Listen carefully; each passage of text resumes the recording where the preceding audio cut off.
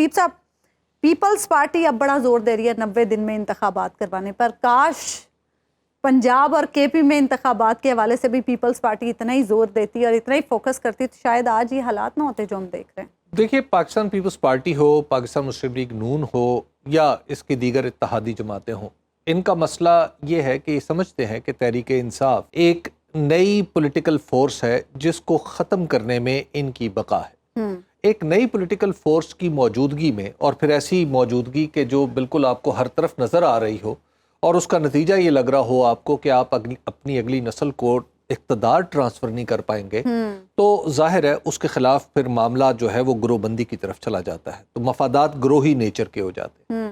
تو اس وجہ سے پاکستان تحریک انصاف کو کچلنے کے لیے ان دونوں جماعتوں نے دستور کی دھجیاں اڑا دیں، قانون کا مذاق بنا دیا، خود اکانومی کی جو حالت کی وہ آپ کے سامنے ہے. تو اس وجہ سے اب ان دونوں جماعتوں کے پاس، اور ان دونوں جماعتوں نے ایک دوسرے کے خلاف مورچہ لگائے رکھا، اور بعد میں صرف تحریک انصاف کو ختم کرنے کے لیے باقاعدہ طور پر مولانا فضل الرحمان کی موجودگی میں انہوں نے ایک دوسرے کے ساتھ ہاتھ بھی ملا لیے، اور اب تک وہ ہاتھ ملے ہوئے ہیں. یہ الیکشن کا یہ کہنا کہ پاکستان پیپلز پارٹی کہہ رہی ہے کہ الیکشن 90 دن میں ہو، یہ دراصل یہ بھی 90 دن میں پرابلم نہیں ہے، یہ رسمی سی بات ہے. پاکستان تحریک انصاف کو یہ، معاف کیجیے گا، پیپلز پارٹی کو صرف یہ خوف کھائے چلے جا رہا ہے کہ اس وقت چونکہ رندہ جو ہے صرف تحریک انصاف پر چل رہا ہے، تو وہ رندائی جو ہے کہیں ان پر نہ ہو جائے. اور آپ نے دیکھا ہے کہ ابھی کچھ وزراء کے بارے میں نیب کی خبریں چل رہی ہیں کہ ان کے گھر سے برآمد ہو گیا، ان کو کسی کو حفاظتی ضمانت لینی پڑ رہی ہے، سب کچھ ہو رہا ہے. تو یہ ابھی آپ پیپلز پارٹی یہ سمجھ رہی ہے کہ یہ دراصل واٹر ٹیسٹنگ ہے، اس کے بعد معاملات آگے کی طرف بڑھیں گے، ان کے لیے بھی ٹف ہو سکتے ہیں، اور پھر دوسری طرف پھر اور بھی بہت سارے معاملات کھل جائیں گے.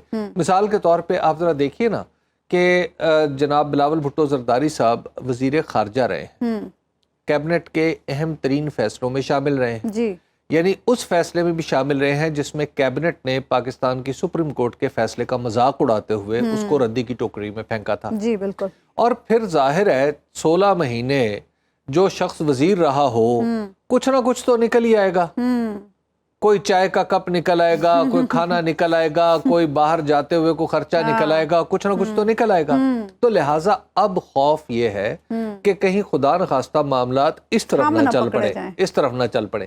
اس لیے 90 دن کے اوپر پاکستان پیپلز پارٹی پورا زور لگائے اپنا، یعنی اب بظاہر ایسا لگ رہا ہے کہ زور لگا رہی ہے، حالانکہ پریکٹیکلی سب کو پتا ہے کہ اس کی بات میں کیا اہمیت ہے. جو 2 صوبے، خود بلاول بھٹو زرداری صاحب اسمبلی کے فلور کے اوپر پریس کانفرنسوں میں یہ بات بیان کرتے رہے ہیں کہ 2 صوبوں میں الیکشن نہیں ہونا چاہیے، توجیہ پیش کرتے رہے ہیں. تو آج وہ کیسے کہہ رہے ہیں کہ الیکشن ہونا چاہیے؟ تو لہٰذا ان کا یہ کہنا کہ 90 دن میں الیکشن ہو رہے ہیں، یہ ایک سیاسی حربہ ہے.